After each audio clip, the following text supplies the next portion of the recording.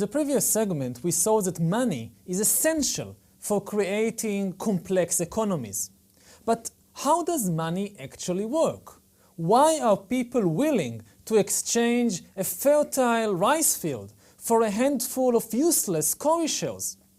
Why are people willing to work for an entire month, doing many times things they don't really like, just in order to get at the end of the month a few colorful pieces of paper? People are willing to do such things when they trust the figments of their collective imaginations, these cowrie shells or these colorful pieces of paper. Trust is the real raw material from which all types of money in history have been minted. When a wealthy farmer, say in ancient China, sold all his possessions in exchange for a sack of cowrie shells, and then traveled with them to another province, he trusted, this ancient Chinese farmer, he trusted that when he reached his destination, other people, complete stranger whom he never met before, would be willing to sell him rice, to sell him a house, to sell him fields in exchange for his cowrie shells. Money is accordingly a system of mutual trust, and not just any system of mutual trust. Money is the most universal and most efficient system of mutual trust ever devised by human beings. What created this trust, how to create trust in money, it's very complicated. It takes a complex and long-term network of political, social, and economic relations to build trust in money. Why do I believe in the cowrie shell or the gold coin or the dollar bill? Because my neighbors believe in them. So why do my neighbors believe in them? Because I believe in them. And we all believe in them because our king believes in them, and because our priest and even our God believes in them. Ask yourself, for example, why do you believe in the dollar? Let's take this friend of ours again from the pocket, the dollar. You see, dollar. Why do you believe in this? You cannot eat it. You cannot drink it. You cannot wear it. So why do you trust it? Why are you willing to do so many efforts just to gain this? Because your neighbors also trust in it. And again, why do your neighbors trust this? Because you trust it. And we all, you and me and the neighbors, everybody trust it because we trust in God and in the United States of America. Take a good look at this dollar bill. Let's see what it says. On one side of the dollar bill, it says, "In God we trust." And on the other side of the dollar bill, there is the signature of the Secretary of the Treasury. Very fine signature. This is the other side of the dollar bill. So we trust this dollar because we trust God and the Secretary of the Treasury of the United States. When both God and the United States government give you their word for something, you believe them, of course.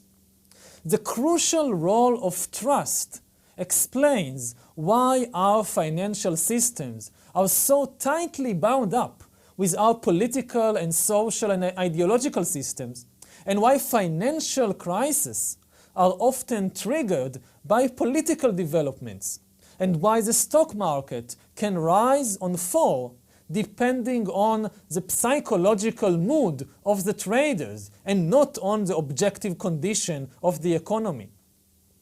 One way to build trust in money is to define as money not colorful pieces of paper, but to define as money something whose value is not completely dependent upon our imagination. History, the first known money in history was Sumerian Bauli money, and it is a good example of this. Bauli money, the first type of money we know for sure about, appeared in ancient Sumer about 3000 BC, 5,000 years ago, at roughly the same time and place and under the same conditions where lighting first appeared. Barley money was simply barley. Fixed amounts of barley grains used as a universal measurement for evaluating and exchanging all other goods and services. The most common measurement of barley in ancient Sumer was the sila. 1 sila was equivalent to roughly 1 liter of today. Standardized bowls, each of them capable of containing exactly 1 sila, were mass-produced in ancient Sumer, and they were everywhere, so that whenever people needed to buy or sell something, it was easy to measure the necessary amounts of barley. Salaries, for example, were paid in silas of barley, not in gold and not in other foodstuffs or merchandise. For example, we have a text saying that the usual salary of a man, of a male laborer in ancient Sumer was 60 barley silas a month. A female laborer, a woman, earned half that much, only 30 silas a month. A big important manager could earn between 1,200 and 5,000 silas each month. Now obviously people did not eat all this barley. What they could do was take their barley and go to the market and exchange it there for whatever else they wanted. Oil or goats or shoes or a haircut or even slaves, whatever. You could buy anything with these barley silas. It was somewhat easier to build trust in the barley money than in dollars or cowrie shells because barley money has some inherent value. People can actually eat barley. However, even if this sounds trivial to you, the fact that the Sumerians used barley grains as money is far from being trivial. It was very difficult. To understand why it was difficult to turn even barley into money, think what would happen to you if you today went to your local mall with a sack full of barley grains and tried to buy a shirt or a pizza. Would anyone be willing to sell you a pizza in exchange for barley grains? Obviously not. Even though people can still eat barley grains today, it's not an accepted money. People don't trust barley grains. The salesperson at the pizza parlor is unwilling to accept your barley because he says, what will I do with this barley? I won't eat all of this. Who guarantees that if I go with this barley to buy something else, people will accept it? So because barley is not accepted today as money, it's very difficult to buy things with barley. So the fact that the Sumerians managed to do it, it's not trivial. It was quite an achievement for the Sumerians to build universal trust in barley grains and to convince people to use barley as money for all the different transactions and purchases. On the other hand, there was still a problem with the barley money, and this is that it was not easy to store and to transport barley. So it was not an ideal kind of money. A major breakthrough in economic history occurred when people gained trust in money that lacked any inherent value, but was easier to store and to transport than barley. Such money also appeared for the first time in ancient Mesopotamia around the middle of the 3rd millennium BC, around 2500 BC. This first money, which had no inherent value, was the silver shekel. The silver shekel was not a coin. It was simply a measurement of the metal silver. About 8 grams of silver were a silver shekel. When Hammurabi's code, for example, declared that a superior man who killed a slave woman must pay her owner 20 silver shekels, it meant that he had to pay 160 grams of silver, not 20 coins. Most monetary terms in the Old Testament too, in the Bible, are given in terms of silver, of the metal, not coins. When the brothers of Joseph sold him to Ishmaelites for 20 silver shekels, they got not 20 coins, but 160 grams of the metal silver. Unlike the Bauli Shila, the silver shekel had no inherent value.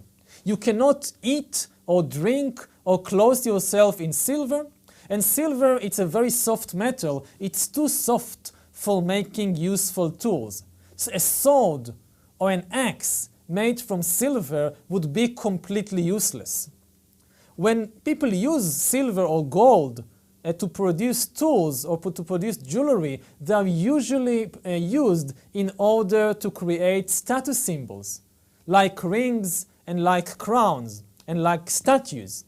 These are luxury goods that have no actual usage, but in a particular society, they are used in order to identify people with high social status.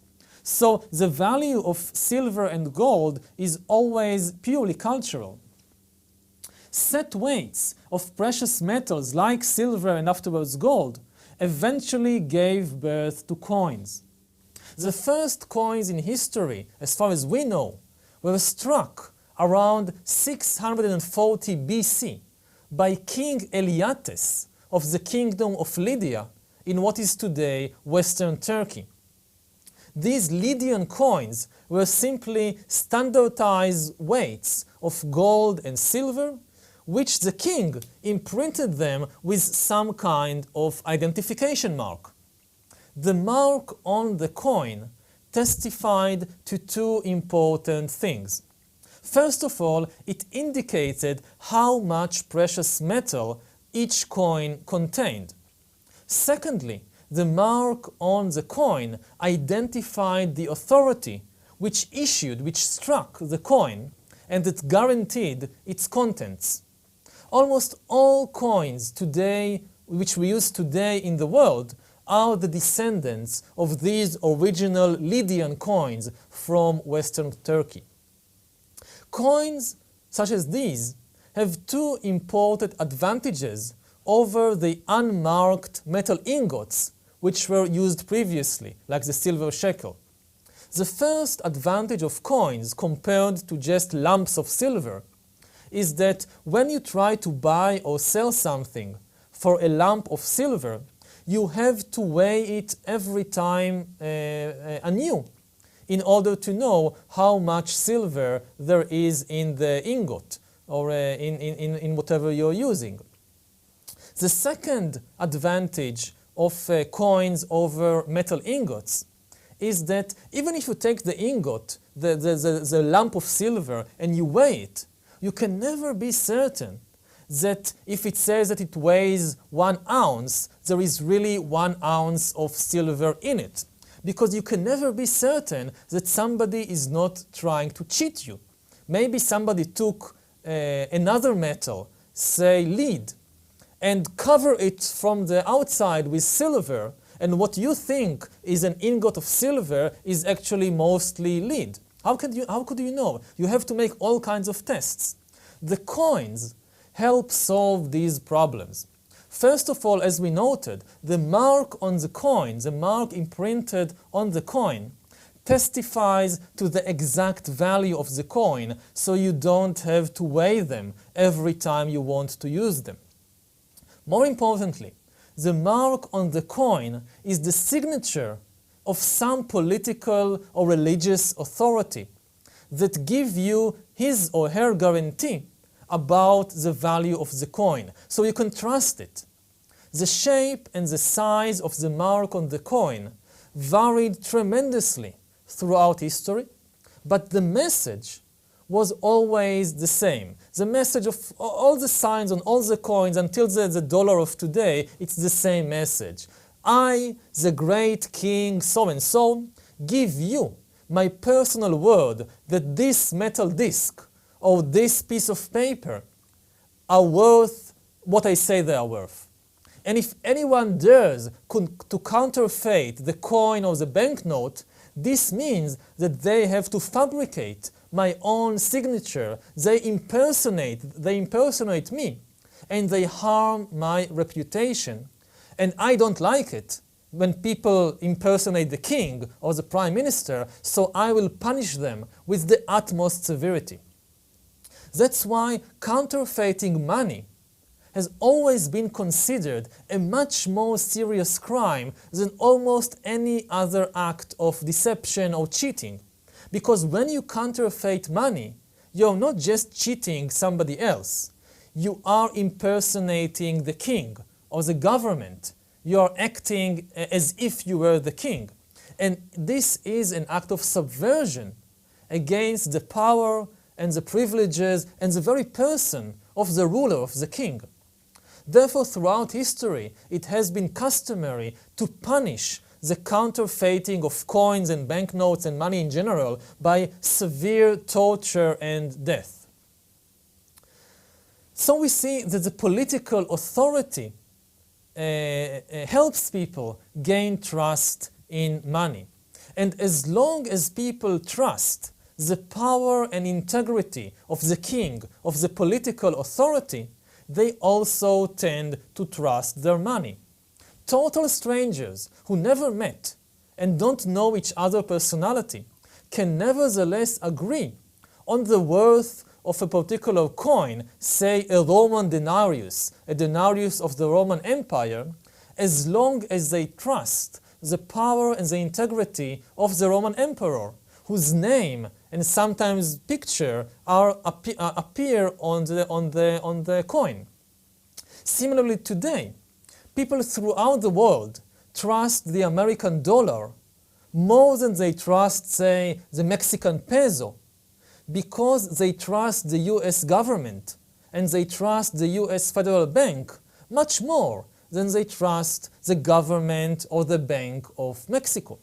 As we noted earlier, even Osama bin Laden had enough trust in the American government and the Federal Bank in order to accept and use their dollars. In turn, the power of rulers also rests on the trust in money. Just think how difficult it would have been to maintain a large empire, say the Roman Empire, without money, without coins. Say, for example, that the Roman Empire had to pay salaries and raise taxes in barley and wheat because people did not trust gold and silver coins. It would have been impossible to collect taxes in barley from Syria, transport the funds all the way to the central treasury in Rome, and from there transport the barley again to pay for soldiers, to pay for legionnaires which were posted in Britain or Germany. It would have been impossible. It would have been equally difficult to maintain the Roman Empire if in different parts of the empire people believed in different kinds of money. Say the inhabitants of the city of Rome believed in gold coins and did business in gold coins, but the Gauls and the Greeks and the Jews and the Syrians, they rejected the belief in gold coins and they trusted other things like cowrie shells or ivory beads or rolls of clothes or something like this. So not only government gives trust in money, but you need money in order to have a stable government which can control a large area. Money therefore served a particularly important part in the unification of humankind, not just because it supported these local governments here and there, but even more importantly, because the trust in money could cross geographical and topographical and even political borders, thereby enabling people from very different cultures and religions and even kingdoms to trade with one another and to cooperate at least in the economic sphere. This happens today in the world with the dollar, but it happened already 2,000 years ago with other kinds of money, such as the coins, the gold and silver coins of the Roman Empire. In the 1st century AD, Roman coins were an accepted medium of exchange not only in the Roman Empire, but also very far from its borders, for instance in the markets of India. The Indians had such a strong confidence in the Roman denarius, this was the name of the coin, the denarius, and in the image of the Roman emperor that was imprinted on the denarius, that when local Indian rulers began to strike coins of their own, they tended to imitate the shape, the form of the denarius, down even to the portrait of the Roman emperor.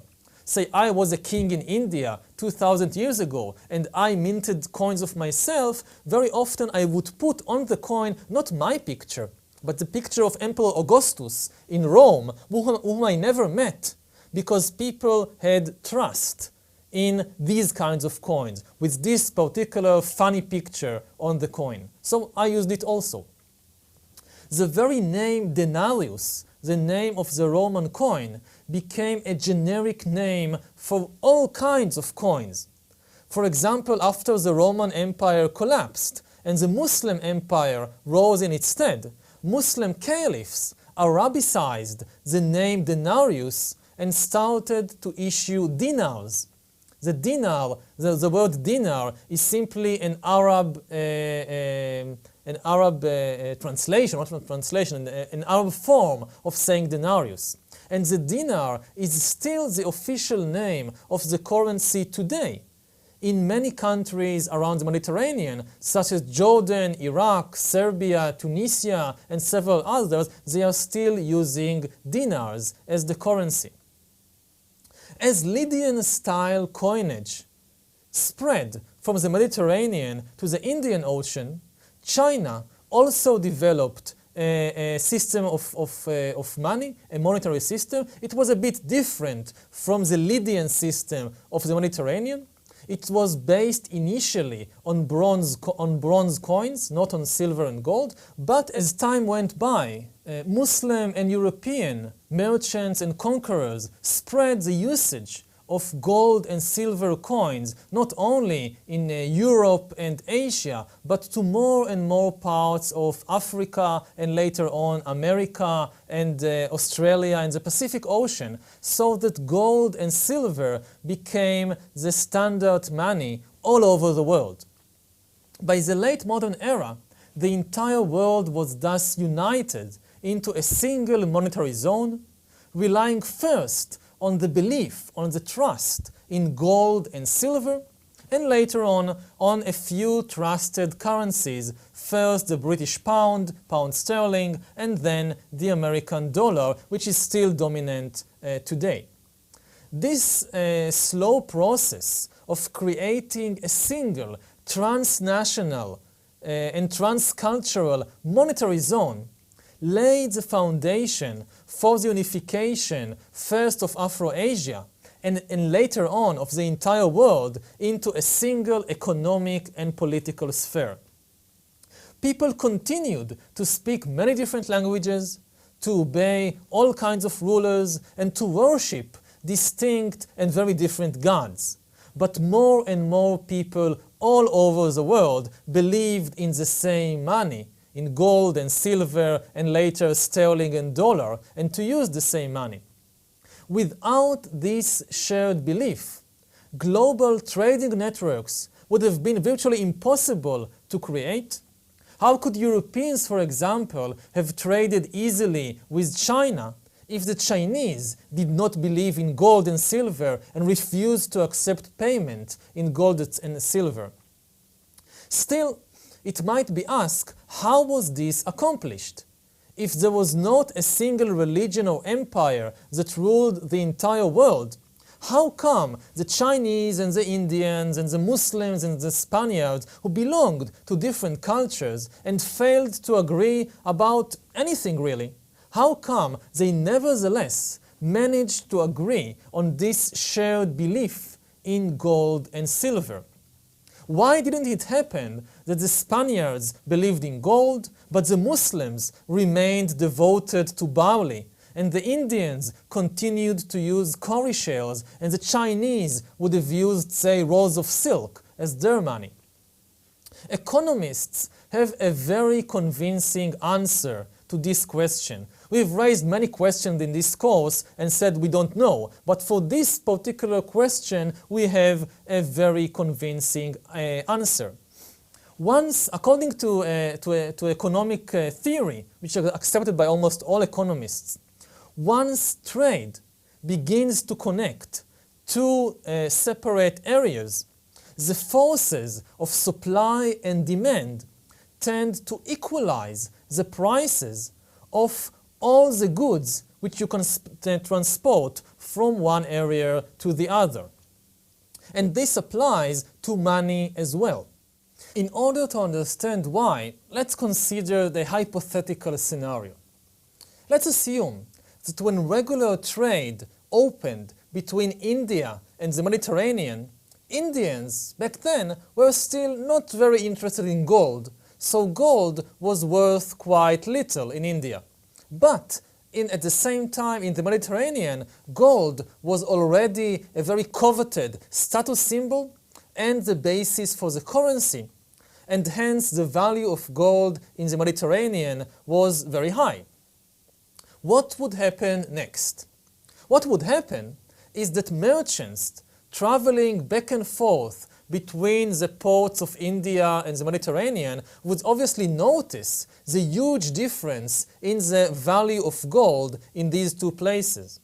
In order to make a profit, wise merchants would start to buy gold cheaply in India and sell it for a huge profit in the Mediterranean. Consequently, over time, the demand for gold in India would skyrocket because of all these merchants coming from the Mediterranean and wanting to buy gold, and the value of gold in India would also rise, and Indians would start wanting gold just in order to sell it to these Mediterranean merchants. At the same time, in the Mediterranean, there would be more and more gold coming from India, and therefore the value of gold in the Mediterranean would start to decrease. So the value of gold in India would increase, the value of gold in the Mediterranean will decrease until they reach roughly the same value, and there it would stop. So we'll have a situation in which both in India and in the Mediterranean, gold is worth quite a lot and is worth a relatively similar value. The mere fact that Mediterranean people believe in gold and want gold is enough to cause Indians to start believing and wanting gold as well. Even if Indians still have no real use for gold and they don't really know why Mediterranean people want this stuff, still, the mere fact that you can sell it for a huge profit to these Mediterranean merchants is enough to make Indians also value gold. Similarly, this is what happens with all kinds of money.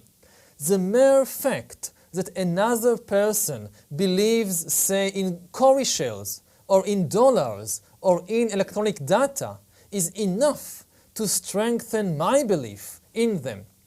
Even if this person who believes in the dollar, I don't like him, I despise him, I hate him, the mere fact that he believes in the dollar, and if I give him $1, he can give me something in return, this will cause me too to start wanting dollars and to start valuing these green pieces of paper. So this is how Christians and Muslims, for example, who could not agree about religious belief, could nevertheless agree on monetary beliefs. Because whereas religion asks us to believe in something, say in some God or some scripture, money asks us to believe that other people believe in something. I will repeat this idea because it's of tremendous importance and it's not easy to understand it. Again, whereas religion wants us to believe in something like in God, money doesn't ask us to believe in anything in particular. Money simply asks us to believe that other people believe in something. For instance, again, this dollar, I may not value it at all. I don't believe in it. But I believe that other people believe in the dollar. So I accumulate dollars not because I want them, but because I know that other people want them. And then if you ask the other people why they believe in the dollar, they reply the same thing. I don't have anything to do with it, but I know that the others want it, so this is why I accumulate them in order to exchange them with the others for whatever I want. This is how money works. So we see that even though for thousands of years, philosophers and thinkers and prophets and poets have besmirched money and called money the root of all evil, the reason for all the troubles in the world. In truth, money is the climax, the apogee of human tolerance. There is nothing more tolerant in the world than money. Money is far more open-minded than any religion, than any state, than any cultural code, than any social habits. Money is the only trust system that humans created in history that can bridge almost all cultural gaps and that does not discriminate on the basis of religion or gender or race or age or anything else. If I see a dollar in the hands of a black person or a white person, it's the same dollar. I'll accept it anyway. If I see a dollar bill in the hands of a woman or a man, it doesn't matter. Money does not discriminate between the different genders or the different races. To conclude, money is based on two universal principles. First, universal convertibility. With money as a go-between, you can turn almost anything into almost anything else. Land into loyalty, justice into health, violence into knowledge. The second fundamental principle of money is universal trust. With money as a go-between, any two people can cooperate on any project.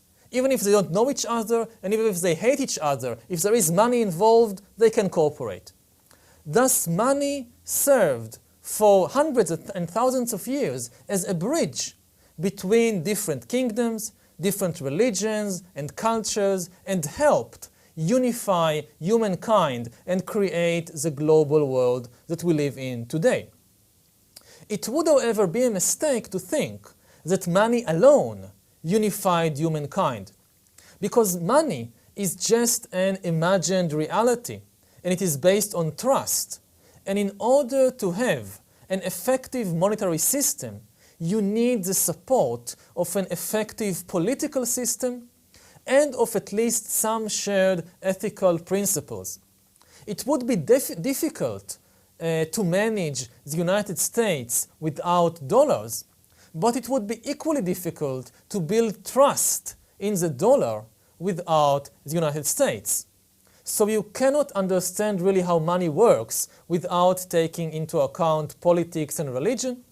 And in order to understand how thousands of isolated cultures combined over time to form the global village of today, we must be aware of the important role of gold and silver, but we cannot disregard the equally crucial role of steel. Conquerors and empires played a very important part in the unification of humankind alongside merchants and money. We will discuss the role of conquerors and empires in the unification of humankind in the next lesson.